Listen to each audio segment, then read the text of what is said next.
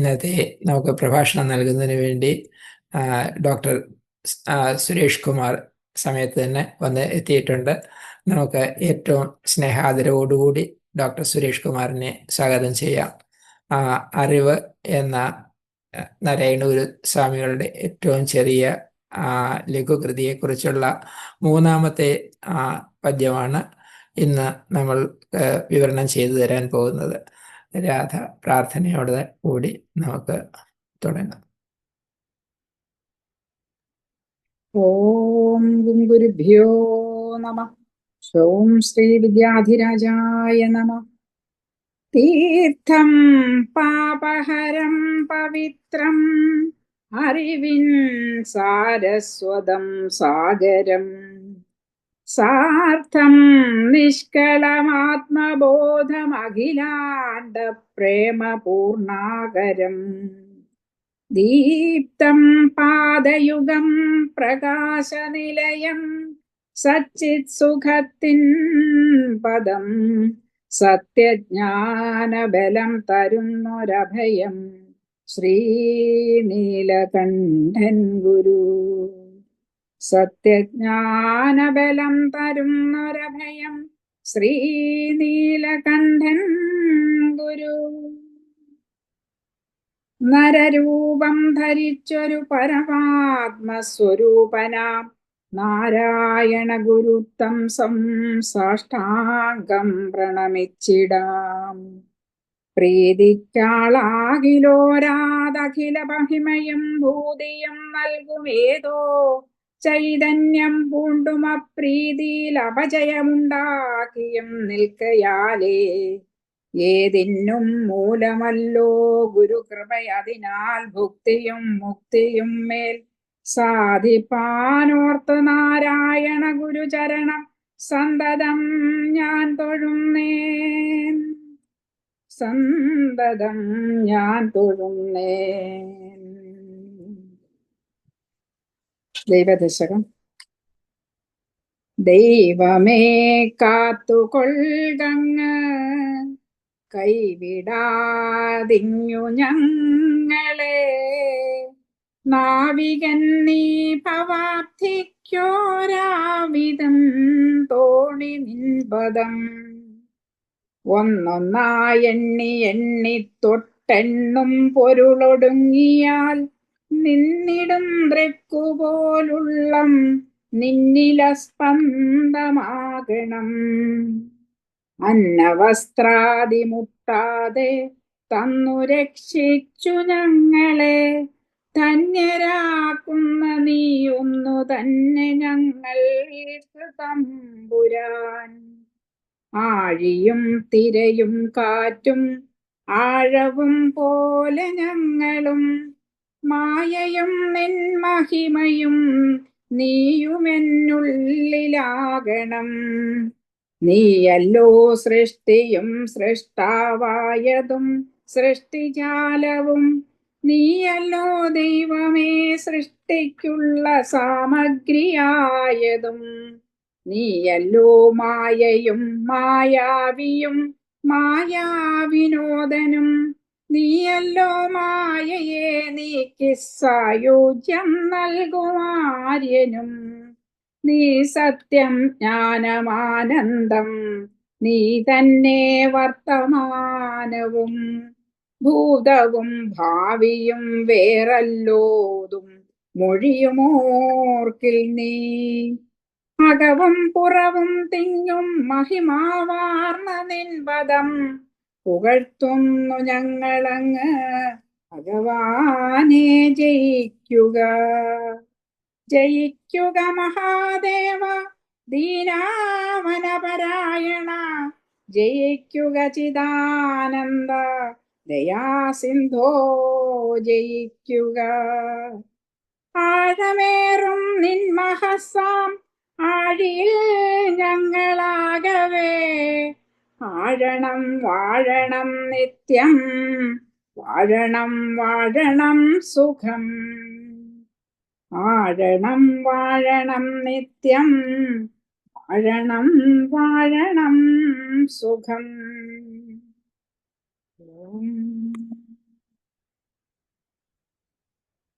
മൂന്നാമത്തെ ശ്ലോകം.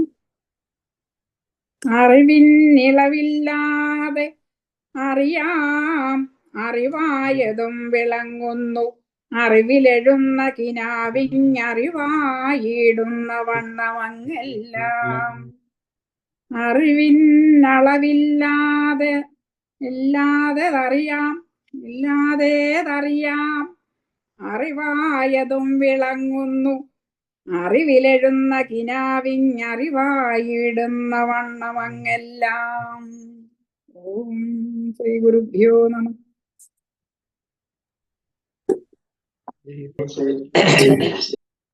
നമസ്തേ കൊമ്പൊടിഞ്ഞോനെ, നമസ്തേ തുമ്പിയുള്ളോനെ, നമസ്തേ കുംഭവീർത്തോനെ, നമസ്തേ ശംഭുതന്മോനെ. ഗുരുർബ്രഹ്മാ ഗുരുർവിഷ്ണു ഗുരുദേവോ മഹേശ്വര, ഗുരു സാക്ഷാൽ പരബ്രഹ്മ തസ്മൈ ശ്രീ ഗുരവേ നമഃ.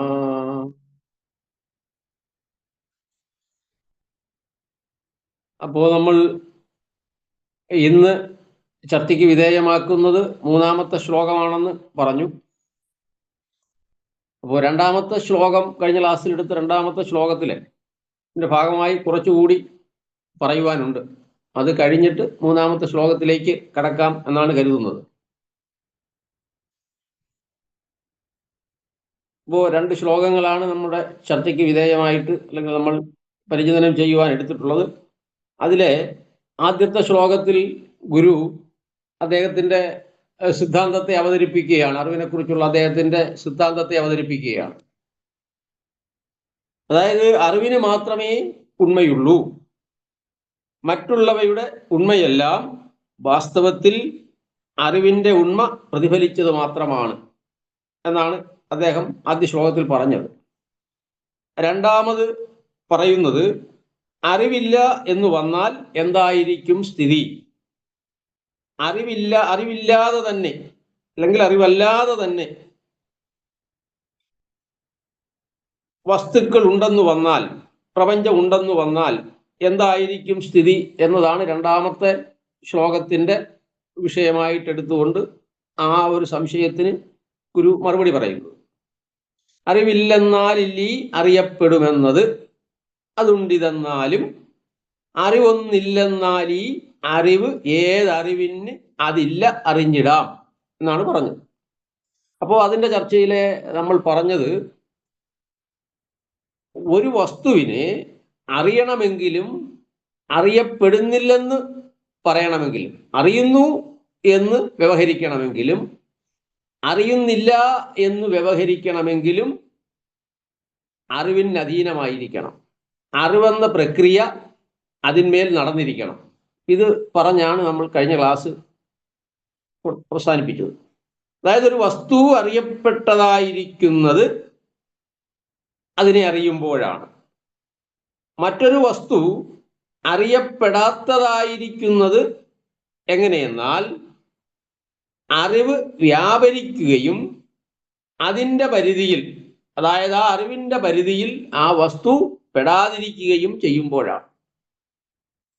ചുരുക്കത്തിൽ അറിയപ്പെട്ടതും അറിയപ്പെടാത്തതും ഉണ്ടായിരിക്കുന്നത് അറിയുക എന്ന പ്രക്രിയ നടക്കുമ്പോഴാണ്. അപ്പോൾ അറിയുന്നു എന്ന് പറയണമെങ്കിലും അറിയപ്പെടുന്നില്ല എന്ന് പറയണമെങ്കിലും അറിവെന്ന പ്രക്രിയ നടന്നിട്ടുണ്ടാകണം. ഇത്തരുണത്തിൽ നമ്മൾ, അതായത് ചൈനീസ് തത്വചിന്തകനുണ്ട് കൺഫ്യൂഷ്യസ്. അദ്ദേഹം ഒരു യഥാർത്ഥ ജ്ഞാനിയെക്കുറിച്ചൊരു നിർവചനം പറയുന്നു. അതായത് ഒരു യഥാർത്ഥ ജ്ഞാനി ആരാണ്? അദ്ദേഹം പറയുന്നത് തനിക്ക് എന്തെല്ലാം അറിയാമെന്ന അറിവുണ്ടായിരിക്കുകയും എന്തെല്ലാം അറിയില്ല എന്നറിവുണ്ടായിരിക്കുകയും ചെയ്യുന്നതാർക്കോ അയാളാണ് യഥാർത്ഥ ജ്ഞാനി. എന്നുവെച്ചാൽ തനിക്ക് എന്തറിയാമെന്ന ഉള്ളയാളാണ്, അതേസമയം തന്നെ തനിക്കെന്തറിയില്ല എന്ന അറിവുള്ളയാളാണ്. അപ്പൊ എന്നതുപോലെയാണ്. എന്നുവെച്ചാൽ അറിവ് വ്യാപരിക്കാത്ത ഒരു മേഖലയുമില്ല. ഒരു വസ്തുവിനെ അറിയുന്നില്ല എന്ന് പറയണമെങ്കിൽ അതെന്താണെന്ന് അറിയണം. അങ്ങനെ പറ്റും. അപ്പൊ എല്ലാത്തിലും അറിവ് വ്യാപരിക്കുന്നു. അതാണ് ഇവിടെ രണ്ടാമത്തെ ആ വരിയിൽ അദ്ദേഹം അതുണ്ടിതെന്നാലും എന്ന് പറഞ്ഞത്. അതായത് നമ്മളതിന് പൂർവപക്ഷമായിട്ട് ഭൗതികവാദത്തെയാണ് ഇവിടെ ഗുരു കൈകാര്യം ചെയ്യുന്നത്. ഭൗതികവാദി പറയുന്നുണ്ട് ഒരു വസ്തു ഇപ്പൊ എന്നുവെച്ചാൽ അറിഞ്ഞാലും ശരി അറിഞ്ഞില്ലേലും ശരി, ഞാനോ മറ്റാരെങ്കിലുമോ അറിഞ്ഞാലും ശരി അറിഞ്ഞില്ലെങ്കിലും ശരി, അറിവിന് വിഷയമായി തീരാവുന്ന ഈ ലോകം ഇവിടെ ഉള്ളത് തന്നെയാണ് എന്നാണ് ഭൗതികവാദം പറയുന്നത്. എന്ന് മാത്രമല്ല, അതിൻ്റെ ഉണ്മ മറ്റൊന്നിനെയും ആശ്രയിച്ചുള്ളതല്ല. ഇതാണ് ഭൗതികവാദത്തിന്റെ സാരം. എന്നുവെച്ചാൽ ഭൗതിക വസ്തുക്കളല്ല, ഭൗതികമായ ഈ പ്രപഞ്ചം മുഴുവൻ സ്വതന്ത്രമായി നിൽക്കുന്നു, സ്വതവേ ഉണ്മയുള്ളതാണ്. നിങ്ങൾ അറിഞ്ഞാലും ശരി അറിഞ്ഞില്ലെങ്കിലും ശരി, നിങ്ങളുടെ അറിവിനെ ആസ്പദമാക്കിയല്ല ഈ പ്രപഞ്ചം നിലനിൽക്കുന്നത്. അതിന് സ്വതന്ത്രതയുണ്ട്, സ്വതവേ നിലനിൽക്കുന്നതാണ്, അതിന് സ്വതന്ത്രമായ സത്തയുണ്ട് എന്നാണ് ഭൗതികവാദം പറയുന്നത്.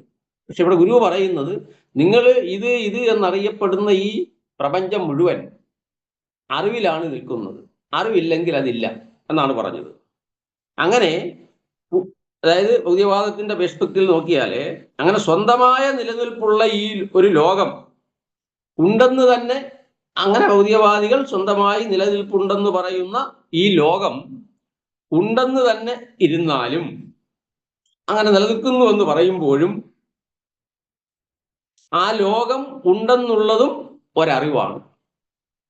ആ അറിവ് ഏത് ബോധത്തിനാണ് ഉണ്ടായിരിക്കുന്നത്? അതാണ് ഈ ശ്ലോകത്തിന്റെ 4-ാമത്തെ വരി. അറിവൊന്നില്ലെന്നാലീ അറിവേത് അറിവിന് അതില്ലറിഞ്ഞിടാം എന്ന് പറഞ്ഞത്.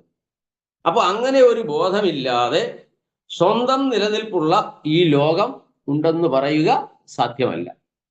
സ്വന്തമായി നിലനിൽപ്പുള്ള ഒരു ലോകം ഉണ്ടെന്ന് പറയണമെങ്കിലും അറിവിനെ പിൻപറ്റണം, അറിഞ്ഞേ പറയാൻ പറ്റൂ. അറിവിന്റെ വ്യാപാരമില്ലാതെ പറയപ്പെടാൻ പറ്റുകയില്ല. അതായത് ചുരുക്കത്തിൽ പറഞ്ഞാൽ അറിയപ്പെടുന്നതായ സകലതിൻ്റെയും ഉണ്മയായാലും ഇല്ലായ്മയായാലും, അതാ നമ്മൾ ഇതേ പറയുന്നത്, അറിയപ്പെടുന്നതും അറിയപ്പെടാത്തതും, അത് അനുഭവപ്പെടുന്നത് അറിവിൽ തന്നെയാണെന്നത് നിഷേധിക്കാനാവുകയില്ല. ഇതാണ് അതിൻ്റെ ചുരുക്കം. അപ്പൊ ഇനി ഇതിന്റെ വേറൊരു എക്സ്റ്റൻഡഡ് ആയിട്ടുള്ള ഒരു ഭാഗം കൂടെ പറയാൻ ആഗ്രഹിക്കുകയാണ്. കാരണം എന്ന് വെച്ച് കഴിഞ്ഞാല് ഇപ്പോ നമ്മൾ ചർച്ചയ്ക്ക് വിധേയമാക്കിയത് അറിയപ്പെടുന്ന അറിവ് തന്നെയാണെന്ന് ആദ്യമേ പറഞ്ഞു. അറിവില്ലാതെ വന്നാൽ അറിയപ്പെടുന്നതായ ഈ പ്രാപഞ്ചികമായ ലോകം, അതായത് ഞാനെന്ന അറിയുന്ന വ്യക്തിയിൽ നിന്ന് പുറത്തുനിന്ന് ഞാൻ കരുതുന്നതായ ഇതന്താസ്പദമായിരിക്കുന്ന പ്രാപഞ്ചികമായ ബാഹ്യമായിരിക്കുന്ന ഈ ലോകം ഇല്ല, എൻ്റെ അറിവിനെ അവലംബിച്ച് മാത്രമേ അതിനുണ്മയുള്ളൂ എന്നാണ് പറഞ്ഞത്. അപ്പോ ഇതിനി പറയുന്നത് ഞാനെന്ന വ്യക്തിയിൽ എന്നുവെച്ചാൽ അറിവിനെ തന്നെ അറിയുന്ന ഒരു സന്ദർഭത്തെ പശ്ചാത്തലമാക്കിക്കൊണ്ട് നമുക്ക് അതിനെക്കുറിച്ച് ചിന്തിക്കാം, അതിനെക്കുറിച്ച് കൂടി ചിന്തിക്കാം ഈ ശ്ലോകത്തിന്റെ ഭാഗമായിട്ട്. കാരണം മറ്റത് ബാഹ്യവസ്തുക്കളെ കുറിച്ച് മാത്രമാണ്. ബാഹ്യവസ്തുക്കളെ ഉണ്മ എന്താണ്? അത് അറിവിലാണ്. അറിവില്ലെങ്കിലോ? അറിവില്ലെങ്കിൽ അവയുമില്ല. ഉണ്ടെന്ന് പറയാനും പറ്റത്തില്ല, ഇല്ലെന്ന് പറയാനും പറ്റത്തില്ല. അതാണ് പറഞ്ഞു. അപ്പൊ ഇനി ഈ ലോകത്തെ അറിയുന്ന കാര്യം വിട്ടിട്ട്, ബാഹ്യമായിരിക്കുന്ന ഈ ലോകത്തെ അറിയുന്നതായ കാര്യത്തെ വിട്ടിട്ട് അറിവിനെ തന്നെ അറിയുന്ന കാര്യത്തെ ഒന്ന് ചർച്ച ചെയ്താലോ, സ്വീകരിച്ചാലോ? അറിവിനെ തന്നെ അറിയുന്ന കാര്യം, അതായത് അറിവിനെ അറിയുന്നു എന്ന നിലയിൽ നമ്മളൊന്ന് പരിചിന്തനം ചെയ്താൽ എങ്ങനെയായിരിക്കും? അപ്പോൾ അറിയപ്പെടുന്നതായിരിക്കുന്നത് അറിവിനെ കുറിച്ചാണ് നമ്മൾ ചിന്തിക്കുന്നത്, ബാഹ്യ വസ്തുക്കളെ കുറിച്ചല്ല.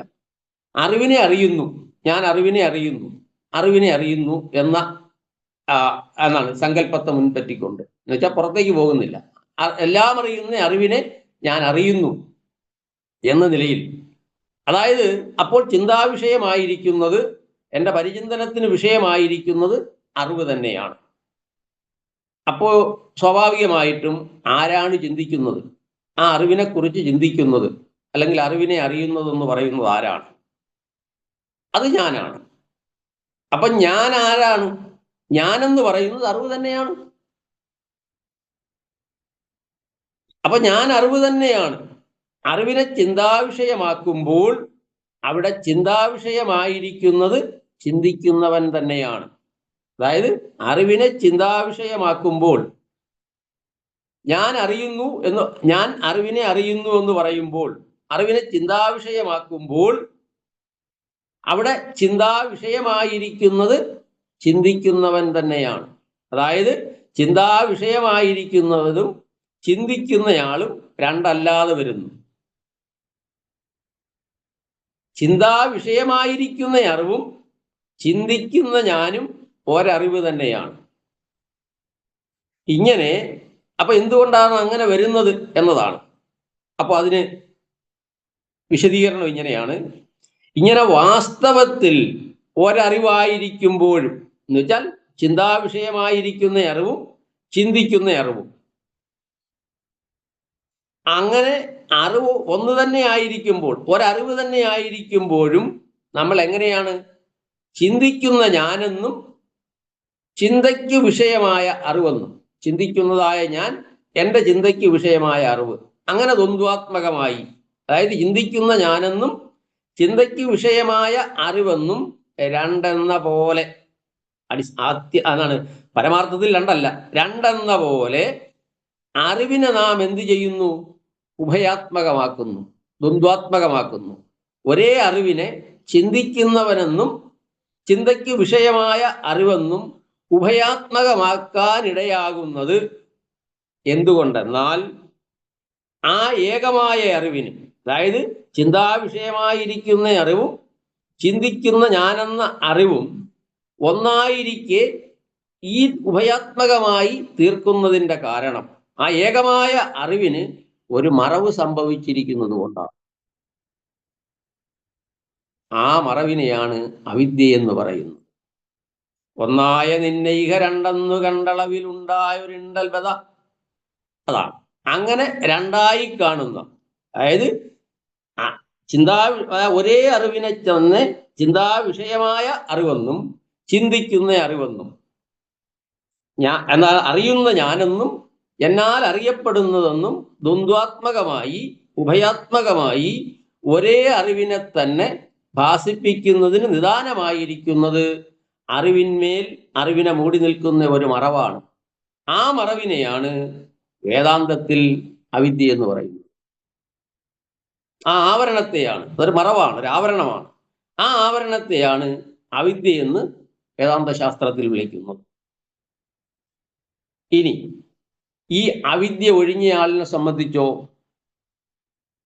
ഈ അവിദ്യയുടെ ആവരണം ഒഴിഞ്ഞവന് മാത്രമേ, അവിദ്യാനാശം സംഭവിച്ചയാൾക്ക് മാത്രമേ, അവിദ്യാവിമുക്തന് മാത്രമേ ചിന്താവിഷയമായ അറിവും ചിന്തിക്കുന്ന അറിവും എന്ന രണ്ട് അറിവുകളില്ല എന്ന അദ്വൈത രഹസ്യം വെളിപ്പെട്ട് കിട്ടുകയുള്ളൂ.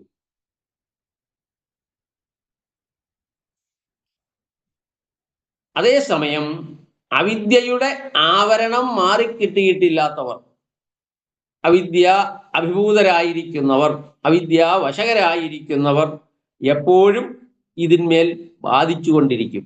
എന്ത്? ചിന്തിക്കുന്ന അറിവാണുള്ളത്, അതല്ല ചിന്താവിഷയമായ അറിവാണുള്ളത് എന്ന വാദത്തിൽ ഏർപ്പെട്ടുകൊണ്ടിരിക്കും. വാദം എവിടെയുണ്ടോ അവിടെ അവിദ്യയുണ്ട്. എവിടെ വാദമുണ്ടോ അവിടെ അവിദ്യയുണ്ട്. അതുകൊണ്ടാണ് ഗുരുദേവൻ എന്ത് പറഞ്ഞു? വാദിക്കാനും ജയിക്കാനുമല്ല, അറിയാനും അറിയിക്കാനുമാണ്. അതാണ് ഇതെന്ന് വെച്ച് കഴിഞ്ഞാൽ ഈ അദ്വൈത വേദാന്തത്തിന്റെ മേൽ എന്താ പറയുക, ഒരശനിവാദം പോലെ പതിച്ച ഈ വാദഗതി നമ്മളത് നമ്മുടെ വേദാന്തത്തിന്റെ ചരിത്രം പരിശോധിച്ചാൽ മനസ്സിലാകും. കാരണം ഈ വാദഗ്രന്ഥങ്ങൾ നമ്മൾ പറയും, കേവലമായ തത്വത്തെ അവതരിപ്പിക്കുന്ന ഗ്രന്ഥങ്ങളും വാദഗ്രന്ഥങ്ങളും. നമ്മൾ ശ്രീനാരായണ ഗുരുവിന്റെ കൃതികളെ ആകെ പരിശോധിച്ചാൽ ഒരിടത്തും അദ്ദേഹം വാദഗ്രന്ഥങ്ങൾ എന്ന നിലയ്ക്ക് ഒരു ഗ്രന്ഥവും എഴുതിയിട്ടില്ല. എല്ലാം കേവല തത്വത്തെ പറയുന്നതേ ഉള്ളൂ. അതുകൊണ്ടാണ് ഗുരു പറഞ്ഞത് വാദിക്കാനും ജയിക്കാനുമല്ല. ഈ വാദത്തിലെ സത്യം മറഞ്ഞു പോകും. പക്ഷേ നമ്മുടെ നേരത്തെ ഉള്ള വാദശ്രേഷ്ഠന്മാർ അല്ലെങ്കിൽ വാദികളായിരിക്കുന്ന ശ്രേഷ്ഠന്മാർ വേദാന്തത്തിന്റെ സാഹിത്യം പരിശോധിച്ചാൽ നമുക്കറിയാൻ പറ്റും. വാദേ വാദേ ജായതേ തത്വബോധ എന്ന് പറഞ്ഞു വെച്ചിട്ടുണ്ട്. വാദേ വാദേ ജായതേ തത്വബോധ, വാദിക്കും തോറും തത്വബോധം ഉണ്ടായിക്കൊണ്ടിരിക്കും. അങ്ങനെ വാദത്തിലൂടെയാണ് തത്വം ഉറപ്പിക്കുന്നത്. പക്ഷേ വേദവ്യാസൻ പറയുന്നു, അല്ലെങ്കിൽ എന്താണ് ബ്രഹ്മസൂത്രകാരനായ ആണ് വ്യാസമുനി പറയുന്നു, എന്ന തർക്കേണ മതിരാവനേയ, നിങ്ങൾക്ക് തർക്കത്തിലൂടെ എന്താണ് മതിയെ എന്ന് വെച്ചാൽ അദ്വൈത ബോധത്തെ സ്ഥാപിക്കുവാൻ കഴിയില്ല, അദ്വൈത ജ്ഞാനത്തിലേക്ക് എത്താൻ കഴിയുകയില്ല എന്ന് കൃത്യമായും പറയുന്നു. അതുകൊണ്ടാണ് ഡോക്ടർ രാധാകൃഷ്ണൻ അദ്ദേഹത്തിന്റെ ഇന്ത്യൻ ഫിലോസഫി, അതായത് അദ്വൈത വേദാന്തത്തിന്റെ ചരിത്രം എഴുതിയപ്പോൾ, അതിന്റെ ദർശനത്തിന് രൂപം കൊടുത്തപ്പോൾ, അല്ലെങ്കിൽ ആ ദർശനത്തിന്റെ ചരിത്രം എഴുതിയപ്പോൾ അദ്ദേഹം അദ്വൈത വേദാന്തത്തിന്റെ ചരിത്രം എഴുതുമ്പോൾ അദ്ദേഹത്തിന്റെ കൃതിയിൽ ശങ്കരനോടുകൂടി അവസാനിപ്പിക്കുന്നു. അപ്പോ ആളുകൾ ചോദിച്ചു, ശങ്കരനോടുകൂടി വേദാന്തം അവസാനിക്കുന്നില്ലല്ലോ, അതിനുശേഷം പോസ്റ്റ് ശങ്കര വേദാന്ത എന്ന് പറയുന്ന ഒരു വിപുലമായ സാഹിത്യ സഞ്ചയം നമ്മുടെ മുന്നിൽ ഉണ്ടല്ലോ. അപ്പോഴദ്ദേഹം പറയുന്നു, അനുഭൂതി അവിടെ അവസാനിച്ചു, പിന്നെല്ലാം വാദമാണ്. അനുഭൂതി മങ്ങുമ്പോഴാണ് വാദം ആരംഭിക്കുന്നത്. അനുഭൂതി സാന്ദ്രമയിൽ വാദമില്ല, പിന്നെ വാദിച്ച് സ്ഥാപിക്കേണ്ട കാര്യമില്ല, അറിഞ്ഞാൽ മതി. വാദ തൊഴിലാളികൾ എന്നാണ് പോസ്റ്റ് ശങ്കര വേദാന്തികളെ എന്താണ് ഡോക്ടർ രാധാകൃഷ്ണൻ പറയുന്നത്. അതുപോലെ മാണ്ഡൂക്യ ഉപനിഷത്തിലും പറയും എന്താണ്, ദ്വൈതികൾ എന്ന് പറഞ്ഞു കഴിഞ്ഞാൽ അവർ പരസ്പരം വിരുദ്ധ്യന്തേ, അവരന്യോന്യം വിരുദ്ധ്യന്തേ, പരസ്പരം അവര് നിഷേധിക്കുന്നു. തൈരഹംന വിരുദ്ധ്യതേ, അവരുമായി നമുക്ക് വൈരുദ്ധ്യമില്ല. കാരണം സാകല്യമാണ്, സമഗ്രതയാണ്. അവിടെ ആരെയും പുറത്തു നിർത്തുന്നില്ല. മറിച്ച് പുറത്തു നിർത്തുമ്പോഴാണ് അയാളോട് വാദിക്കാനേ ആളില്ല. അതാണ് ആ രീതിയിൽ അവതരിപ്പിക്കപ്പെടുന്നുണ്ട്. അപ്പോ നമ്മൾ ശരിക്കും പറഞ്ഞാൽ എന്താ പറയുന്ന പ്രായോഗിക വേദാന്തത്തിന്റെ പിൽക്കാലത്തേക്ക് വരുമ്പോഴാണ് ഈ അനുഭൂതിയുടെ ഒരു സാന്ദ്രമയെ, ഇടക്കാലത്ത് വെച്ച് മങ്ങിപ്പോയ അദ്വൈതാനുഭൂതിയുടെ ഒരു സാന്ദ്രമയെ നമ്മൾ കാണുന്നത് എന്താണ് ശ്രീരാമകൃഷ്ണ പരമഹംസനിലും വിവേകാനന്ദ സ്വാമികളിലും രമണ മഹർഷികളിലും ഇനി കേരളത്തിൽ ചട്ടമ്പി സ്വാമികളിലും ശ്രീനാരായണ ഗുരുവിലും ഒക്കെയാണ്. അവരെ സൂക്ഷ്മമായി നോക്കി അവരാരും വാദിക്കാൻ എന്ന് വെച്ച് കഴിഞ്ഞാല് ഈ വാദം കൊണ്ട് സ്ഥാപിക്കുക എന്നതില്ല. വിശിഷ്യ ശ്രീനാരായണ ഗുരുവിൽ വാദത്തിന്റെ ലവലേശമേ ഇല്ല. അതുകൊണ്ട് അദ്ദേഹം പറഞ്ഞത് ഈ വാദം കൊണ്ടൊന്നും സ്ഥാപിക്കാൻ പറ്റുകയില്ല എന്നുള്ളതാണ്. കാരണം ഗുരു ദർശനമാലെ പറയും, അനുഭവം ആദിയിലിരിക്കയാൽ എന്ന് വെച്ചാൽ അനുമതി കൊണ്ട്, അനുമാനം കൊണ്ട് നിങ്ങൾക്ക് ആത്മബോധം ഉളവാക്കാൻ കഴിയില്ല, ആത്മാവുണ്ടെന്ന് സ്ഥാപിക്കാൻ കഴിയില്ല. കാരണം ആ ഒരു അനുഭവം ആദിയിലിരിക്കണം. ആ അനുഭവത്തിന്റെ വെളിച്ചത്തിലെ അനുമാന പ്രമാണം പ്രവർത്തിക്കും, അനുമതി ജ്ഞാനം ഉണ്ടാകുകയുള്ളൂ. അതുകൊണ്ട് അനുഭവമാണ് പറയും. ആ അനുഭവം ഇല്ലാതെ എന്ന് വെച്ചാൽ അനുഭവത്തെ വെച്ചുകൊണ്ടേ പറയും എന്തു സ്ഥാപിക്കാൻ പറ്റുകയുള്ളൂ എന്നുള്ള കൃത്യമായിട്ട് പറയുന്നുണ്ട്. അതുകൊണ്ട് അദ്വൈത എന്താണ് തത്വത്തെ സ്ഥാപിക്കുവാൻ അല്ലെങ്കിൽ ആത്മസംസ്ഥാപനം ചെയ്യുവാൻ ഒരിക്കലും അനുമതിയിലൂടെ സാധിക്കുകയില്ല എന്ന് ഗുരു പറയുന്നു. അതിൻ്റെ എല്ലാം ഇതായിട്ടാണ് പറയുന്നത്, എന്താണ് വാദിക്കാനും ജയിക്കാനുമല്ല, അറിയാനും അറിയിക്കാനുമാണെന്ന ഗുരുവിൻ്റെ ഉക്തി. അതുകൊണ്ട് എവിടെയാണോ എന്താണ് ആവരണം അല്ലെങ്കിൽ മറവ്, അവിദ്യ വ്യാപരിക്കുന്നത്, അവിടെയാണ് വാദമുള്ളത്. അനുഭൂതിയിൽ എത്തിക്കഴിഞ്ഞാൽ പിന്നെ വാദമില്ല. അത് കൃത്യമായിട്ടും പറയുമല്ലോ, അനുഭവിയാതെ അല്ലെ ആണ് അനുഭവം, അതായത് അനുഭവിയാതെ അറിവിയില്ല അഖണ്ഡമാൻ ചിത് ഘനമിത് മൗന ഘനാപ്തിയാകും. പിന്നെ മൗനമാണ്. അത് കൃത്യമായിട്ടും പറയുന്നുണ്ട്. കാരണം മൗനമാണ് ഈ ആത്മാവിനെ ഉപദേശിക്കുന്നതിനുള്ള ഏറ്റവും നല്ല ഭാഷാരൂപം. അത് ഭാഷയാണെങ്കിൽ ഭാഷയുടെ ഏറ്റവും സൂക്ഷ്മതമമായ രൂപമാണ് അനുഭവം. അതുകൊണ്ടാണ് നമ്മൾ എന്താണ് ദക്ഷിണാമൂർത്തി സ്തോത്രത്തിൽ പറയത്തില്ലേ, ചിത്രം വട തരോർമൂലേ വൃദ്ധാ ശിഷ്യ ഗുരുർ യുവ ഗുരോസ്തു മൗനം വ്യാഖ്യാനം ഛാത്രാക ചിഹ്ന സംശയ. മൗനത്തിന്റെ ഭാഷയിൽ വ്യാഖ്യാനിച്ചു അല്ലെ, ശിഷ്യന്മാരുടെ സംശയവും അകന്നു എന്ന് പറയുന്നത്. അതിരിക്കട്ടെ. അപ്പോ നമ്മൾ ഈ മൗനത്തെക്കുറിച്ച്, അതായത് പിന്നെ എന്താണ്, അവിദ്യയുടെ ആവരണം മാറി കിട്ടിയിട്ടില്ലാത്തവർ ചിന്തിക്കുന്ന അറിവാണ് അല്ലെങ്കിൽ ചിന്താവിഷയമായ അറിവാണുള്ളത് എന്നൊക്കെ വാദിച്ചുകൊണ്ടിരിക്കും. വാദം എവിടെയുണ്ടോ അവിടെ അവിദ്യയുണ്ട്. അതാണ് നമ്മൾ പറഞ്ഞതിന്റെ സാരം. അപ്പോ കാര്യം അറിഞ്ഞവർ വാദിക്കാൻ പോവില്ല. ചിന്താവിഷയമായ അറിവ് ചിന്തിക്കുന്ന എന്നിൽ നിന്ന് വേറെയാണെങ്കിൽ ആ അറിവിനെ അറിയാൻ ആരുമില്ലാതെ പോകുമല്ലോ എന്നാണ് ഈ രണ്ടാമത്തെ ശ്ലോകത്തിന്റെ രണ്ടാം പാദത്തിൽ ഗുരു പറയുന്നത്.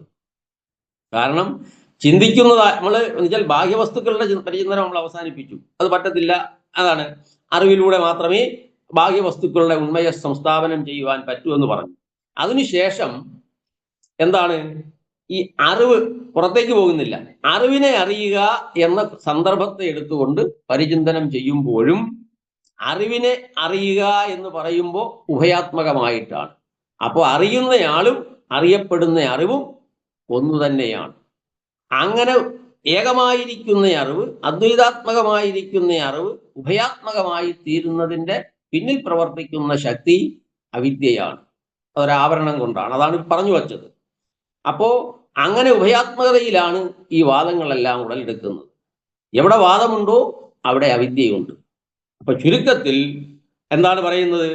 അങ്ങനെ ഏകാത്മകമായിരിക്കുന്ന ആ ഒരറിവിനെ അറിയാൻ ഒരാളില്ലെങ്കിൽ, എന്ന് വെച്ചാൽ നേരത്തെ നമ്മൾ പറഞ്ഞ ഭൗതികവാദിയുടെ നിലപാടിനെ വെച്ചുകൊണ്ടാണ് പറയുന്നത്, ഈ ഇതെല്ലാം സ്വതന്ത്രമായി നിലനിൽക്കുന്നത് ആണ് എന്ന് പറഞ്ഞാൽ അതിനെ അറിയാൻ ഒരാൾ ഉണ്ടായെങ്കിൽ മാത്രമേ അതിന് ആ വസ്തു ഉണ്ടെന്ന് പറയാൻ പറ്റുകയുള്ളൂ. അതിന് മറുപടിയായിട്ടാണ് പറയുന്നത്. അതായത് ചിന്താവിഷയമായ അറിവ് ചിന്തിക്കുന്ന എന്നിൽ നിന്ന് വേറെയാണെങ്കിൽ ആ അറിവിനെ അറിയാൻ ആരുമില്ലാതെ വന്നു പോകുമല്ലോ. പക്ഷെ അങ്ങനെ വരുന്നില്ല. അറിവിനെ അറിഞ്ഞുകൊണ്ട് തന്നെ ഇരിക്കുന്നു. അത് നമ്മൾ ഭൗതിക വസ്തുക്കളെ കുറിച്ച് പറഞ്ഞപ്പോഴും പറഞ്ഞ അറിവിനെ അറിഞ്ഞുകൊണ്ട് തന്നെ ഇരിക്കുന്നു. അറിവ് വ്യാപരിക്കുമ്പോഴേ ഉണ്ടെന്നും പറയാനൊക്കൂ, ഇല്ലെന്നും പറയാനൊക്കൂ. അറിവിന്റെ കാര്യത്തിലും അങ്ങനെ തന്നെയാണ്. ബാഹ്യമായ തലത്തിൽ അങ്ങനെയാണ്, ആന്തരികമായ തലത്തിലും അങ്ങനെ തന്നെയാണ്. അതായത് അറിവും ഞാനും ഒന്ന് തന്നെ. ഈ തത്വത്തെയാണ് ആത്മോപദേശ ശതകത്തിൽ ഗുരു വരച്ചു കാട്ടുന്നത്. അതായത് ആത്മോപദേശത്തിലെ ശ്ലോകം ഇങ്ങനെയാണ്: അറിവ് അഹം. നമ്മളിപ്പോൾ അതാണല്ലോ ചർച്ച ചെയ്ത വിഷയം, അറിവും അഹവും. അറിവഹം എന്നത് രണ്ടും ഏകമാം. അറിവെന്നതും അഹമെന്നതും, ഞാൻ അറിവിനെ അറിയുന്നു എന്നാണ് ഞാൻ പറഞ്ഞത്. അപ്പോ അറിവ് അഹം എന്നത് രണ്ടും ഏകമാം. അറിവെന്നതും അഹമെന്നതും ഞാൻ എന്നതും ഇത് രണ്ടും ഏകമാം. ആർക്ക്? ആവരണമൊഴിഞ്ഞവന്, അവിദ്യാനാശം സംഭവിച്ചയാൾക്ക്, അവിദ്യാവിമുക്തനായിട്ടുള്ളയാൾക്ക്. അറിവ് അഹം എന്നത് രണ്ടും ഏകമാം ആവരണമൊഴിഞ്ഞവന് അന്യനുണ്ട് വാദം. അതിൽ നിന്ന് ആ ആവരണം ഒഴിഞ്ഞിട്ടില്ലാത്തയാള് വാദിച്ചുകൊണ്ടിരിക്കും. അറിയപ്പെടുന്ന അറിവെന്നും അറിയുന്ന ഞാനെന്നും, എനിക്ക് എൻ്റെ ചിന്തയ്ക്ക് വിഷയമായ അറിവെന്നും അതിനെ പരിചിന്തനം ചെയ്യുന്ന ഞാനെന്നും ഉഭയാത്മകമായി വാദിക്കും. അപ്പോഴാണ് ഗുരു പറയുന്നത്, അറിവിനെ വിട്ട് അഹമന്യമാകുമെന്നാൽ, 99ാമത്തെ ശ്ലോകമാണ്. എന്നുവെച്ചാൽ ആത്മോപദേശ ശതകത്തിൽ ആത്മാവിനെ ഉപദേശിച്ച്, ആത്മതത്വത്തെ ഉപദേശിച്ച് അവസാനത്തെ 100ാമത്തെ ശ്ലോകത്തിന് തൊട്ട് മുമ്പത്തെ ശ്ലോകമാണിത്. എന്നുവെച്ചാൽ അതിൻ്റെ പരമകാഷ്ഠയിൽ അദ്ദേഹം പരിചിന്തനം ചെയ്തിട്ട് പറയുന്നതാണ്: അറിവഹം എന്നത് രണ്ടും ഏകമാം. അറിവെന്നും അഹം എന്നതും അടിസ്ഥാനപരമായി തത്വത്തിൽ പാരമാർത്ഥികതയിൽ ഏകമാം ഒന്നു തന്നെയാണ്. അതാർക്ക്? ആവരണമൊഴിഞ്ഞവന്, അവിദ്യാനാശം സംഭവിച്ച അവിദ്യാവിമുക്തനായിരിക്കുന്നയാൾക്ക്. അന്യനുണ്ട് വാദം. അവിദ്യ സംവേഷ്ടിതനായിരിക്കുന്ന, അല്ലെങ്കിൽ അവിദ്യ പരീതനായിരിക്കുന്നവനെ സംബന്ധിച്ച് അങ്ങനെയല്ല, ഉഭയാത്മകമായ അയാൾ വാദിക്കും, ഞാൻ വേറെ അറിവ് വേറെ എന്ന്. അപ്പൊ ചോദിക്കുകയാണ്, അറിവിനെ വിട്ട് അഹം അന്യമാകുമെന്നാൽ, അറിവിനെ വിട്ടിട്ട് അഹം എന്നത്, ആ അറിവിനെ അറിയുന്ന ഞാൻ അന്യമാകുമെന്നാൽ, ഭിന്നമാണെന്ന് വരികിൽ അറിവിനെ ഇഞ്ഞറിയാനാരുമില്ല. അറിവിനെ അറിയുന്നതിന് ഇവിടെ ആരുമില്ല. ഈ തത്വത്തെ തന്നെയാണ് ഈ അറിവെന്ന ശ്ലോകത്തിന്റെ 2ാമത്തെ പാദത്തിൽ പറഞ്ഞത്, സെക്കൻഡ് സ്റ്റാൻസയിൽ അദ്ദേഹം പറഞ്ഞത്. അപ്പൊ ഈ അറിവിനെ വെച്ച് നമുക്കിനി ഈ ലൗകികമായിരിക്കുന്ന വസ്തുക്കളെ അറിയുന്നതിലേക്ക് സംക്രമിപ്പിച്ച് പറഞ്ഞാൽ, അറിവിനെ ചിന്താവിഷയമാക്കുന്നതിലെ ഈ തത്വം ലോകത്തെ ചിന്താവിഷയമാക്കുന്നതിലും ശരിയാണ്. അറിവ് വേറെ ഞാൻ വേറെ എന്നാണെങ്കിൽ അറിവിനെ അറിയാൻ ആരുമില്ലാതെ പോകും. അറിയുന്നതായ അഹം ഇല്ലാതെ വരും. എന്നുവെച്ചാൽ അറിവിനെ വിട്ടിട്ട് അറിവും അറിയുന്നയാളും രണ്ടാണെന്ന് പറഞ്ഞാൽ അറിവിനെ അറിയാനുള്ള ആളില്ലാതെ വന്നു പോകും. അറിവിനെ അറിയാതെ അറിവുണ്ടെന്ന് പറയാൻ പറ്റുകയില്ല. വസ്തുക്കളിൽ എന്ന പോലെയാണ്.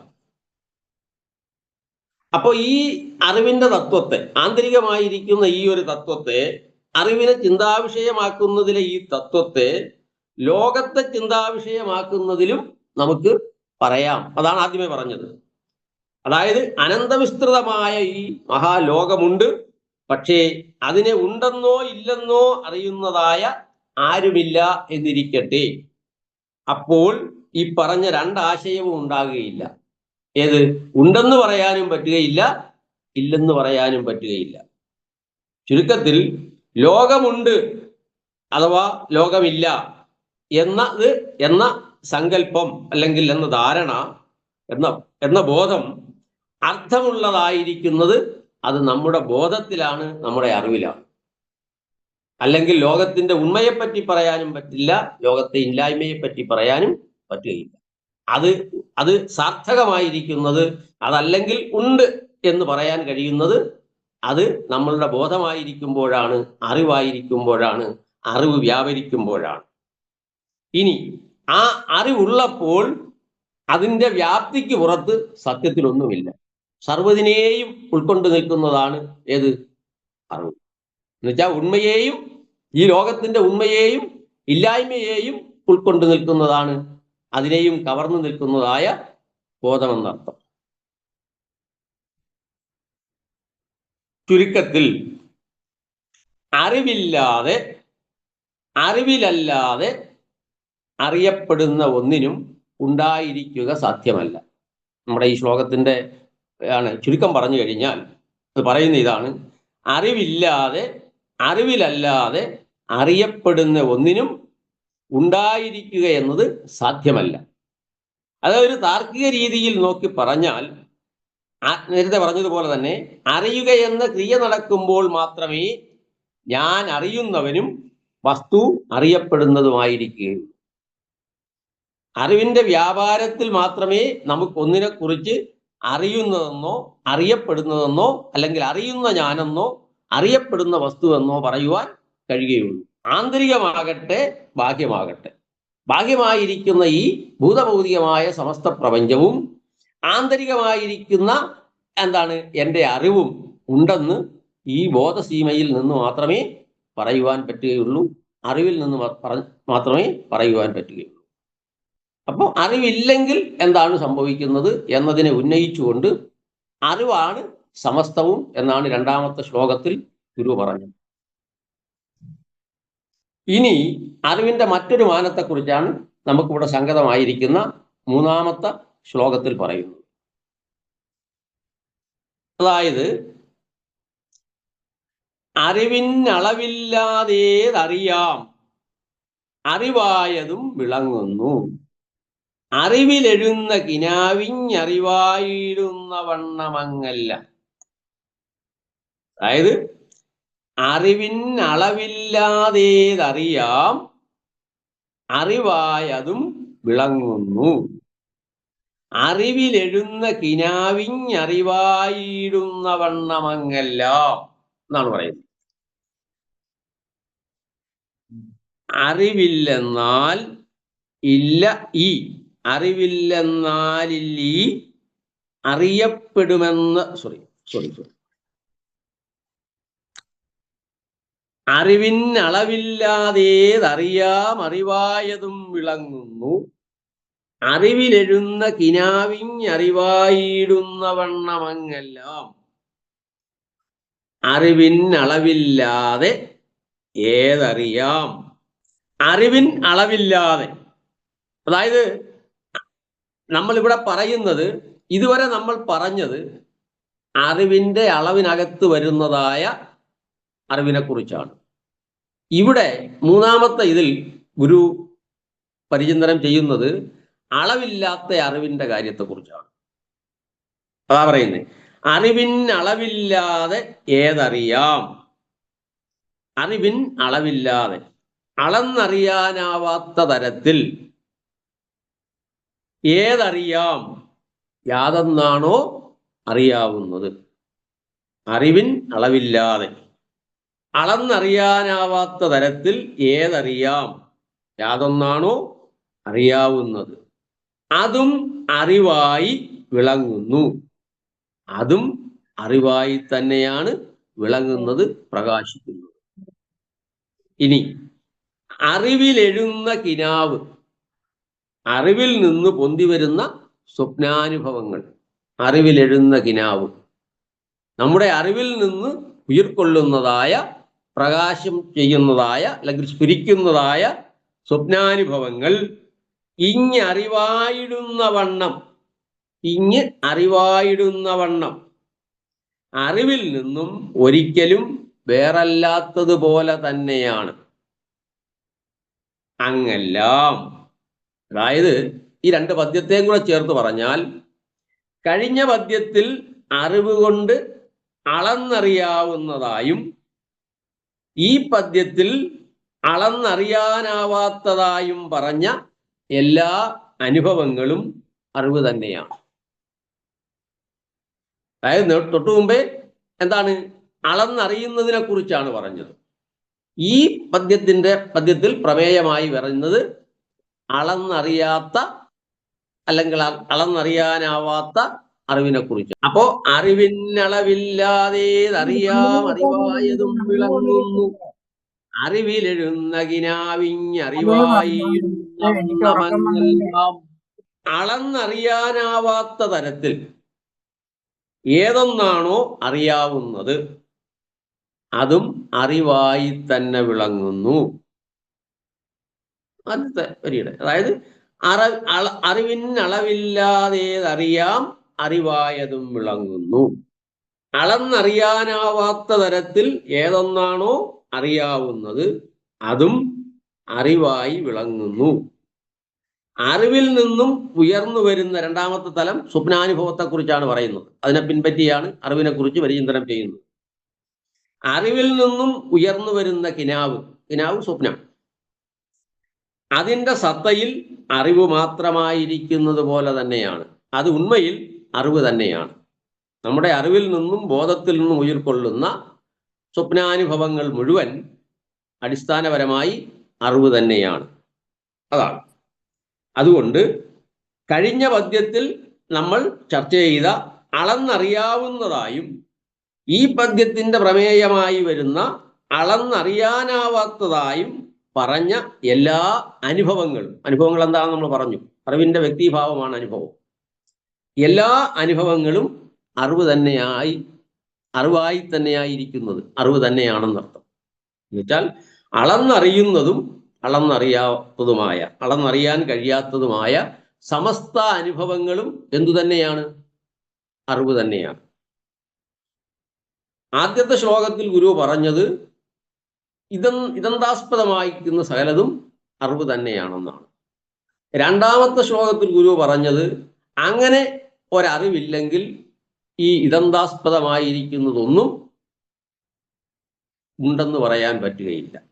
അതിൻ്റെ എക്സ്റ്റൻഷനായി വ്യാഖ്യാതാവ് പറഞ്ഞു, ഇതന്താസ്പദമായിരിക്കുന്നത് മാത്രമല്ല, എന്താണ്, അറിവായിരിക്കുന്ന അഹന്താസ്പദമായിരിക്കുന്നതും ഉണ്ടെന്ന് പറയാൻ പറ്റുകയില്ല എന്നാണ് പറഞ്ഞത്.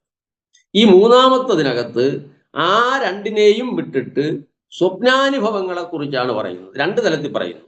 ഒന്ന് സ്വപ്നാനുഭവങ്ങളും, മറ്റൊന്ന് എന്താണ്, അതായത് ചർച്ചയിലേക്ക് കടക്കുന്നതിന് മുമ്പ് നമ്മുടെ അനുഭവങ്ങൾ എങ്ങനെയാണ്, അളന്നറിയാൻ കഴിയാത്തതായ അനുഭവങ്ങൾ, അല്ലെങ്കിൽ നമ്മളുടെ അറിവിനെ, എനിക്ക് തോന്നുന്നത് നമ്മൾ ഈ പ്രമാണങ്ങളെ കുറിച്ച് നേരത്തെ ക്ലാസ്സിലെ കുറച്ച് ക്ലാസ്സുകൾ ഉണ്ടായിരുന്നല്ലോ. അപ്പോൾ ആ ക്ലാസ്സിൽ ഈ പ്രമാണങ്ങളെ, വേദാന്ത പ്രമാണങ്ങളെ കുറിച്ച്, പ്രത്യക്ഷം, അനുമാനം, ഉപമാനം, ശബ്ദം, അങ്ങനെയുള്ള പ്രമാണങ്ങളുടെ ഉത്പത്തിയെക്കുറിച്ച്, അറിവുണ്ടാകുന്നത് എങ്ങനെ, അറിവിന്റെ സ്വരൂപം എങ്ങനെ, ഇത് പറഞ്ഞിരുന്നോ? ജ്ഞാനപ്രക്രിയയെക്കുറിച്ച് പറഞ്ഞിരുന്നോ സാറേ? ഓർക്കുന്നില്ല. ഇല്ല പറഞ്ഞിരുന്നില്ല. നമ്മളെ വേദാന്ത പരിഭാഷ എന്നൊരു കൃതിയിലെ വേദാന്ത ശാസ്ത്രത്തിലെ ജ്ഞാനോത്പത്തിയെ കുറിച്ച് പറയും. അങ്ങനെ ചർച്ച ചെയ്തിരുന്നോ? ഇല്ല. അല്ല, ഇതിനൊരു പൂർവ്വപീഠികയാണ്. എന്തു വെച്ച് കഴിഞ്ഞാല് യതിയെപ്പോലുള്ള ആചാര്യന്മാര് ഇതിന് ഈ അറിവെന്ന കൃതിയെ വ്യാഖ്യാനിക്കുമ്പോൾ അതിന്റെ ആമുഖത്തിൽ തന്നെ പറയുന്നു ഇതൊരു എപ്പിസ്റ്റമോളജിക്കൽ ടെസ്റ്റാണ്. എപ്പിസ്റ്റമോളജി എന്ന് പറയുമ്പോൾ അതാണ് പ്രമാണശാസ്ത്രം. ആ പ്രമേയുടെ കാരണം പ്രമേയം എന്ന് വെച്ചാൽ യഥാർത്ഥ അറിവ്. അപ്പൊ ഈ അറിവ് എങ്ങനെയാണ് ഉണ്ടാകുന്നത്, അതിന്റെ അറിവിന്റെ ജ്ഞാനോത്പത്തി പ്രക്രിയ എന്താണെന്നാണ് ഈ പ്രമാണശാസ്ത്രത്തിൽ കൈകാര്യം ചെയ്യുന്നത്. അതേസമയം സത്താശാസ്ത്രമുണ്ട്, ഓണ്ടോളജി. ആ ഓണ്ടോളജി എന്ന് പറയുമ്പോൾ അടിസ്ഥാനപരമായി ഉണ്മ എന്താണെന്നാണ് ചർച്ച ചെയ്യുന്നത്. അപ്പോൾ ഈ ഓണ്ടോളജിക്ക് അനുസരിച്ചിട്ടാണ് എപ്പിസ്റ്റമോളജി ഉരുവപ്പെടുന്നത്. ഒരു ദർശനത്തിലെ അടിസ്ഥാന തത്വമായിരിക്കുന്നത് എന്തോ, ആ അടിസ്ഥാന തത്വമായിരിക്കുന്നത് എന്തോ അതിൻ്റെ വെളിച്ചത്തിലാണ് ബാക്കി എല്ലാ പ്രക്രിയകളെയും പറയുന്നത്. നമ്മളുടെ വേദാന്ത ശാസ്ത്രത്തിലെ അദ്വൈത വേദാന്ത ശാസ്ത്രത്തെ സംബന്ധിച്ചിടത്തോളം അടിസ്ഥാനപരമായിരിക്കുന്ന ഉണ്മയെന്ന് പറയുന്നത് ചൈതന്യമാണ്. അതുകൊണ്ട് ആ ചൈതന്യത്തിന്റെ ആവിഷ്കാരമാണ് സകലതും.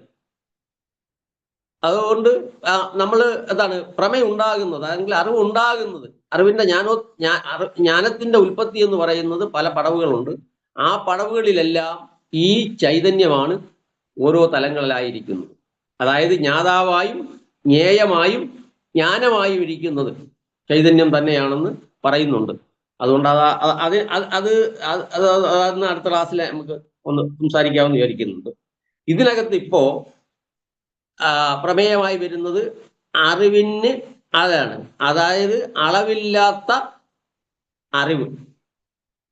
ഏതൊരറിവാണ് അളവില്ലാതിരിക്കുന്നത് അതും അറിവ് തന്നെയാണ്. അങ്ങനെ വരുമ്പോൾ നമ്മൾ അതിനെക്കുറിച്ച് ചിന്തിക്കുമ്പോൾ നമ്മളിപ്പോൾ കാണുന്നു, നോക്കുന്നു, ഈ രണ്ട് പ്രക്രിയ ഇതിനെക്കുറിച്ച് സൂചിപ്പിക്കുന്നുണ്ട്. അതായത് കാണുകയും നോക്കുകയും ചെയ്യുക. നമ്മളൊരു വസ്തുവിനെ കാണുന്നു, നമ്മളൊരു വസ്തുവിനെ നോക്കുന്നു. അപ്പൊ കാഴ്ച, നോട്ടം ഇതെങ്ങനെയാണ്?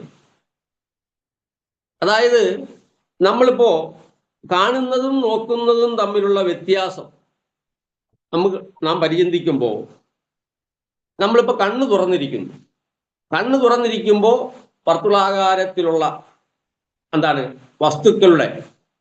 വസ്തുക്കൾ ആകവേ നമ്മളുടെ കാഴ്ചയ്ക്ക് മുമ്പിൽ പ്രത്യക്ഷീഭവിക്കുന്നു. അതാണ്. പക്ഷേ അവയെ ഒന്നിനെയും തന്നെ നമ്മൾ നോക്കുന്നില്ല, സാമാന്യ നിലയിൽ നോക്കുന്നില്ല. പക്ഷേ കാഴ്ചയ്ക്കുള്ളിലേക്ക് വരുന്നുണ്ട്. അവിടെ നിരൂപണാത്മകതയില്ല, അവിടെ ശ്രദ്ധയില്ല. ശ്രദ്ധയെന്ന് പറയുന്നത് ശ്രദ്ധയെ നമ്മൾ കൊണ്ടുവരുന്നില്ല. നമ്മൾ കാണുന്നു, ജസ്റ്റ് അത് എന്താണ് അവ്യക്തമായി, അതിനെ നമ്മൾ അളക്കുന്നില്ല. അതായി പറഞ്ഞു വരുന്നത് ആ കാഴ്ചയുടെ പരിധിക്കകത്ത് വരുന്നതിനെ നമ്മൾ സാധാരണ നിലയിൽ അളക്കുന്നില്ല. അളവിൽ ഒരു നിർണയമുണ്ട്, ഉറപ്പിക്കലുണ്ട്. അങ്ങനെ ഉറപ്പിക്കുന്നില്ല. എപ്പോഴാണോ അളക്കാൻ തുടങ്ങുന്നത്, നമ്മുടെ കാഴ്ചയുടെ ഉള്ളിൽ വരുന്നതായ വസ്തുക്കളെ, രൂപങ്ങളെ നമ്മൾ എപ്പോഴാണോ അളക്കാൻ തുടങ്ങുന്നത്, ആ അളവൊരു നിർണയനമാണ്, മാനം ചെയ്യുകയാണ്. അങ്ങനെ അളക്കാൻ തുടങ്ങുമ്പോൾ നമ്മുടെ കാഴ്ച മാറി അതെന്തായിത്തീരുന്നു? നോട്ടമായിത്തീരുന്നു. അതാണ് കാഴ്ചയും നോട്ടവും തമ്മിലുള്ള വ്യത്യാസം. കാഴ്ചയിൽ നമ്മൾ വസ്തുക്കളെ മാനം ചെയ്യുന്നില്ല, അളക്കുന്നില്ല, നിർണയിക്കുന്നില്ല, ജസ്റ്റ് കാണുക. മറിച്ച് നോക്കുമ്പോഴോ നമ്മൾ അതിനെ മാനം ചെയ്ത് അത് ഇന്നതെന്ന് ഉറപ്പിക്കുന്നു. അവിടെ ശ്രദ്ധ കടന്നു വരുന്നു. അപ്പൊ കേവല കാഴ്ചയിലേക്ക് ശ്രദ്ധ കടന്നു വരുമ്പോഴാണ് കാഴ്ച നോട്ടമായി മാറുന്നത്. നമ്മളൊരു വസ്തുവിനെ കാണുന്നു എന്ന് പറയുന്നത് പോലെയല്ല നോക്കുക എന്ന് പറയുന്നു. നോക്കുമ്പോൾ ശ്രദ്ധ അതിൻ്റെ പശ്ചാത്തലമായി വരുന്നു. ശ്രദ്ധയിലേക്ക് വരുമ്പോൾ നമ്മുടെ മനസ്സ് ഏകാഗ്രമാകുമ്പോൾ ആ വസ്തുവിനെ നമ്മൾ നിർണയിക്കുന്നു. ഇന്ന രൂപത്തോടു കൂടിയ, ഇന്ന ആളെന്ന്, ഇന്ന രൂപത്തോടു കൂടിയ, ഇന്ന വസ്തുവെന്ന്, ഇന്ന നാമമുള്ളതെന്ന്, ഇന്ന പ്രകൃതി ഉള്ളതെന്ന് നിർണയിക്കുന്നു. ഇതാണ് കാഴ്ചയും നോട്ടവും തമ്മിലുള്ള വ്യത്യാസം. ഇവിടെ അദ്ദേഹം പറയുന്നത് അതാണ് പറയുന്നത്. അതെന്ന് വെച്ചാൽ കാഴ്ചയിൽ ഒരു ഉപേക്ഷയുണ്ട്. കാരണം നമ്മളതിനെ എന്ന് വെച്ചാൽ കാണുന്നു, നമ്മളതിനെ വിലയിരുത്തുന്നില്ല. നമ്മൾ സാമാന്യ നില അതിനെ വിലയിരുത്തുന്നില്ല, അതിനെ ഇവാലുവേറ്റ് ചെയ്യുന്നില്ല, അതിനെ നിർണ്ണയിക്കുന്നില്ല, നിശ്ചയിക്കുന്നില്ല എന്ന് തോന്നുന്നു. മറിച്ച് നോക്കുമ്പോൾ നമ്മൾ എന്ത് ചെയ്യുന്നു? അത് ഇന്നതെന്ന് നിർണ്ണയിക്കുന്നു. അവിടെ ശ്രദ്ധയെ കൊണ്ടുവരുന്നു. അപ്പൊ ശ്രദ്ധ എന്താണ് പശ്ചാത്തലമായി വരുന്നു. എവിടെ? നോട്ടത്തില്. അതാ പറയുന്നത്. മറ്റേടത്തോ ഉപേക്ഷാഭാവമാണ്, ഇവിടെയോ ഏകാഗ്രഭാവമാണ്, ശ്രദ്ധാഭാവമാണ്. അതാണ് ഉപേക്ഷയോടെ കണ്ടുകൊണ്ടിരിക്കുന്ന അവ്യക്തമായ കാഴ്ചയിലെ ചില രൂപങ്ങൾ മാത്രം തീഷ്ണതയോടെ ശ്രദ്ധയിലേക്ക് കടന്നു വരികയും മറ്റുള്ളതെല്ലാം പശ്ചാത്തലമായി പിന്നിലേക്ക് മാറുകയും ചെയ്യും. അതാണ് നമ്മളിപ്പോൾ 10 വസ്തുക്കൾ നമ്മുടെ കാഴ്ചയുടെ, അല്ലെങ്കിൽ അനേക വസ്തുക്കൾ നമ്മുടെ കാഴ്ചയുടെ പരിധിക്കകത്ത് വരുമ്പോൾ അതിലൊരു വസ്തുവിലേക്ക് നമ്മൾ നോക്കുമ്പോൾ ബാക്കിയെല്ലാം അവ്യക്തമാകുകയും പശ്ചാത്തലമാകുകയും ചെയ്യും. ആ പശ്ചാത്തലമായി വരുന്നതിനെയാണ് ഗുരു ഇവിടെ അളവിനറിവില്ലാതേതറിയാം എന്ന് പറഞ്ഞു. അതേസമയം നമ്മളുടെ ശ്രദ്ധയ്ക്ക്, നമ്മളുടെ അളവിന് പാത്രീഭവിക്കുന്നതിനെയാണ് ഇതന്താസ്പദമായി പറഞ്ഞത്. രണ്ട് തലവല്ലേ പറഞ്ഞത്. എന്താണ് അളന്നറിയപ്പെടുന്ന അറിവും അളന്നറിയപ്പെടാത്ത അറിവും. അളന്നറിയപ്പെടുന്നതാണ് നമ്മൾ നോക്കുന്ന വസ്തുക്കൾ. അളന്നറിയപ്പെടുന്നതാണ് നമ്മൾ നോക്കുന്ന വസ്തുക്കൾ. അളന്നറിയപ്പെടാത്തതാണ് നമ്മൾ കാണുന്ന വസ്തുക്കൾ. അപ്പൊ ഏതൊരു നോട്ടത്തിനും പശ്ചാത്തലമായി വരുന്നതാണ് അറിവിനളവില്ലാതേതറിയാം എന്ന് ഗുരു പറഞ്ഞു. അറിവിന് അളവില്ലാതെ ഏതാ, പക്ഷെ അതിനെ നമ്മൾ അറിയുന്നുണ്ട്. അതിൻ്റെ ഒരു ദൃഷ്ടാന്തം പറഞ്ഞാൽ, ഒരു ദൃഷ്ടാന്തം നല്ലോണം പറയുന്നുണ്ട്. അതായത് എന്തായി, നമ്മൾ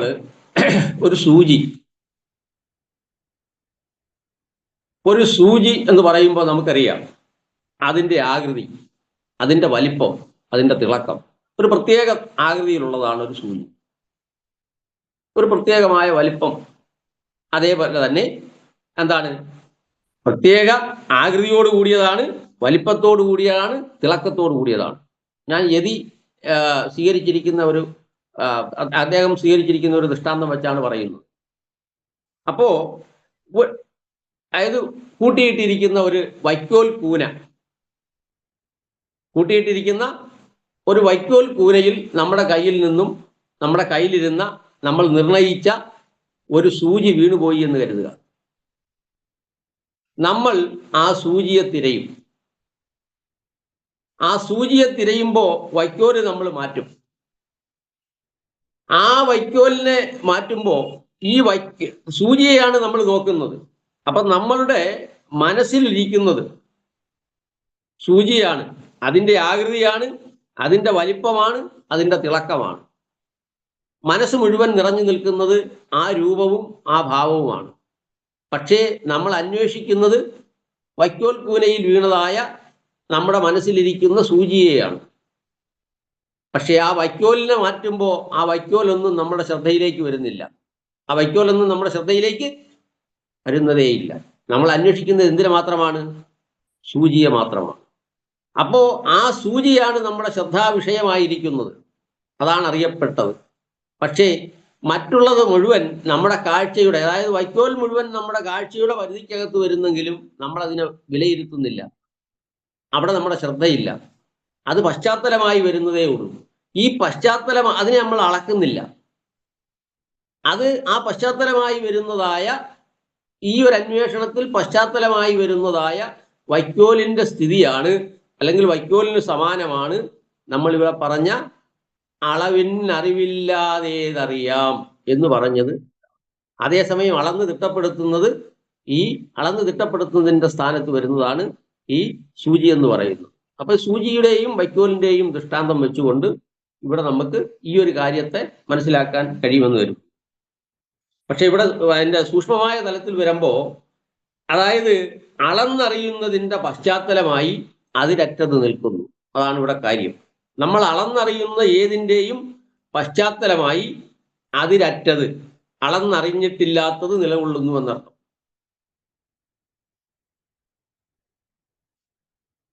പ്രോപ്പറായി കമ്മ്യൂണിക്കേറ്റ് ചെയ്യുന്നു. സാറിന് ഇപ്പൊ എന്തായി സമയം 55 സംശയങ്ങൾ എന്തെങ്കിലും ഉണ്ടോ എന്ന് ചോദിക്കാം. കാരണം ഇതിപ്പോ വേദാന്തം നമ്മൾ പറയുമ്പോൾ കുറച്ചൊരു എന്താ പറയുക, അടുത്ത ക്ലാസ്സിലേക്ക് നീട്ടാം. ഇപ്പൊ സംശയങ്ങളുണ്ടെങ്കിൽ ചോദിക്കാം.